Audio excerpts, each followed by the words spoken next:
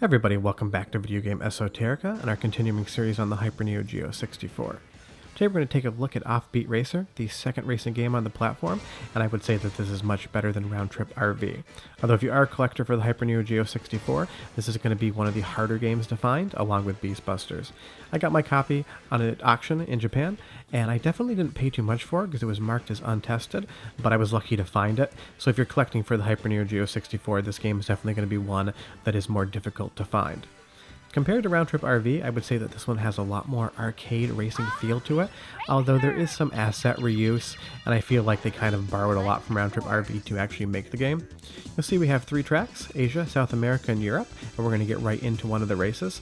And this game has a lot more cars than Round Trip RV. In the selection options, you have easy, medium, hard, and very hard difficulties for the cars and how they handle, but this game definitely feels a lot more fully finished than Round Trip RV. I think that's because it was the last game to come out on the platform per the dates online. I don't really know if those are valid or not, but that's what I'm going to go with.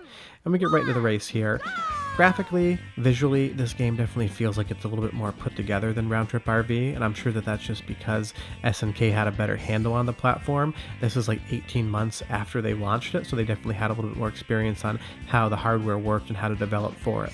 But again, we're getting a locked 60 frames a second. The game is running very smoothly. It does borrow the concept of Round Trip RV because there are multiple paths that you can take and they do double back in on each other. You'll see if you take a look at the map in the top right corner that there are those loops there and the track doubles back, and I just slammed right into that wall.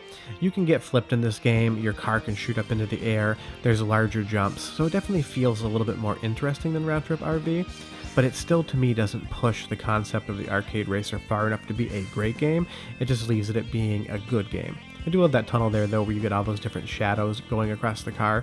Even if there isn't texture filtering, even if the pixels are quite large, if you actually stop the car and look at them, I will say when this game moves at speed on a television when you're playing, you definitely don't notice it, and it is a lot of fun. So you'll see here, we have to take that right. We're going to come around this corner here, and I'm pretty sure I slam into something again. It's not easy to drive in a racing game when you're also trying to manage a capture in the background. It's just one of those things. I'm trying to make sure that the capture is working and I'm controlling it, so my driving's not great. And I jump right into this wall here, but you do get some decent amount of jumps. Although, really, the game, like I said, it's really good. It's still surprising that by the end of the Hyper Neo Geo 64's lifespan, SNK wasn't better at making games that weren't fighters. Obviously, SNK's bread and butter, even to this day, and definitely back in the 90s, was fighting games. And when we get to the fighting games on the channel, you will see that those are, presentation-wise, gameplay-wise, extremely good games that probably get a bad rap. And there you go, I just got hit head-on and spun the car in a 360. So you definitely get a lot more arcadey feel to this. But my result was terrible. I got 15th and I ran out of time. And I will say that this is definitely, just like Round Trip RV, a quarter muncher, and it is going to take your money. It takes a long time to get pretty good at it, although I do a decent job towards the end. So now we're going on to the next track here, and we're going to go ahead and we're going to pick Asia, and it's another fun one. There's a big jump in this, and I think this one's probably my favorite course out of the game, which is really funny because in Round Trip RV, the first course is my favorite course, and that one as well. So it's kind of, the first course, for some reason, feels a lot more fun in both games.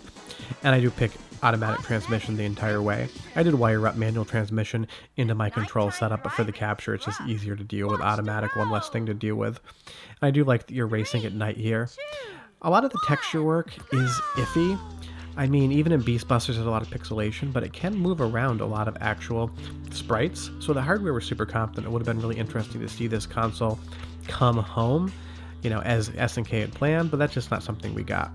But this course definitely feels a lot faster. It's a lot more arcadey feeling. What I'll let you do is actually watch a little bit of this. There's a big jump coming up, so enjoy it, and I'll come back in about a minute and we'll keep talking about the game.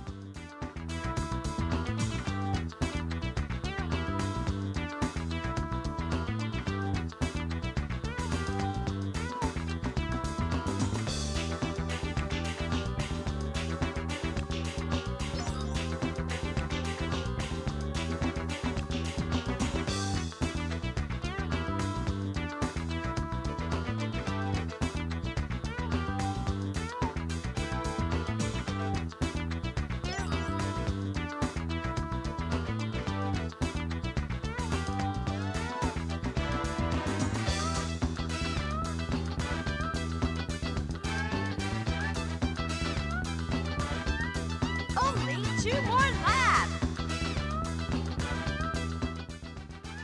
I do love the soundtrack in this game though. SNK was always great at making tracks for their games, and Offbeat Racer is no different. But as we go over this jump here, this is what I mean when I say I want them to push the arcade aspect more.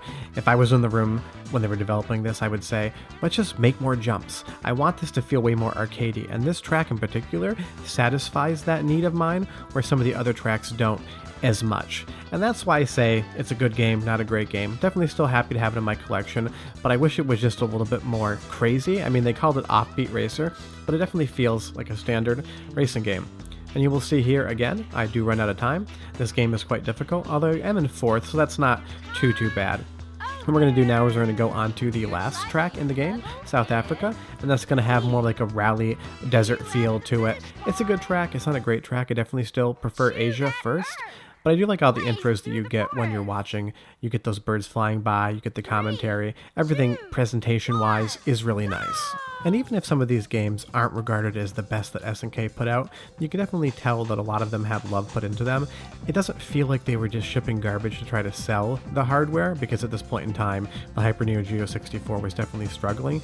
You can tell that they were trying their best to make these games, and it must have been hard considering SNK was definitely known as being a 2D development company. Moving over to 3D must have been a big challenge for them. Although, as a final game on the platform, I wish we had a fighter, something like Last Blade in 3D would have been really interesting to see. And as we go through this tunnel here, we get these nice little fog effects that are going to lighten up the minute we come out. So you can definitely tell that the hardware was capable of pushing around a lot of interesting visuals that you might not see all the time at home. But the hardware wasn't so amazing that it was a giant leap compared to what you could play at home, compared to what the AES was, basically bringing the entire arcade experience home to you, something that the Super Nintendo or the Sega Genesis just could not hold up to when you were able to buy those games at home. Take another little jump here, get some good air there, you see some clipping in the polygons, but otherwise, who really cares about that? And I guess that's my take on Offbeat Racer in general, is that I really do enjoy it, and I do like it more than Round Trip RV, but again, it just doesn't really push any particular genre too hard. I mean, you've got a little bit of arcade bump driving going on, you've got some jumps, but then after you get a good jump, you're on the ground for, another minute just taking corners, and the courses, while fun, aren't so crazy that you're just kind of playing around and having a great time with them. We're already back in this fog tunnel here, and the courses all feel pretty short. It doesn't take much time at all to complete a lap until you're doing the same thing over again, so the game can start to feel pretty repetitive pretty quickly. I don't think this is going to be the type of thing that I take out a ton of times to play on my Super Gun, maybe once a year or so. I am going to wire up a second control panel and a network board so I can play with friends, and maybe that'll increase how much fun is had with the game. And I would kind of say that's in general arcade racing, is that they are way more fun games to play when you do have a friend involved versus just playing against the computer, because the computer in this game, the rubber banding is huge, there's a lot of challenge involved that kind of feels a little bit cheap, or if you had a second player going on this game, I think you would have a lot more fun with it. But I think that's just racing games in general. It's never been my favorite genre, although when San Francisco Rush was in the arcades, I definitely pumped a ton of quarters into that, and I have every single version of that game. Racing in general has never been my favorite thing to do, so, my opinion might be slightly biased taking a look at this game, not only from a historical standpoint, from also just a mechanic. Finally finished a race though, we got 4th, but that is Offbeat Racer, the last game that came out on the Hyper Neo Geo 64. Definitely fun to play, but again, not the most impressive thing in the world. I do like that little effect on the wiper though when you get the mud off your car and we enter our initials there. Short of that, thanks so much for watching. Do us a huge favor, hit like and subscribe. We will be back next week with another game in our Hyper Neo Geo 64 series, and we'll have a video on Friday as well. Other than that, thanks so much for watching. Bye-bye.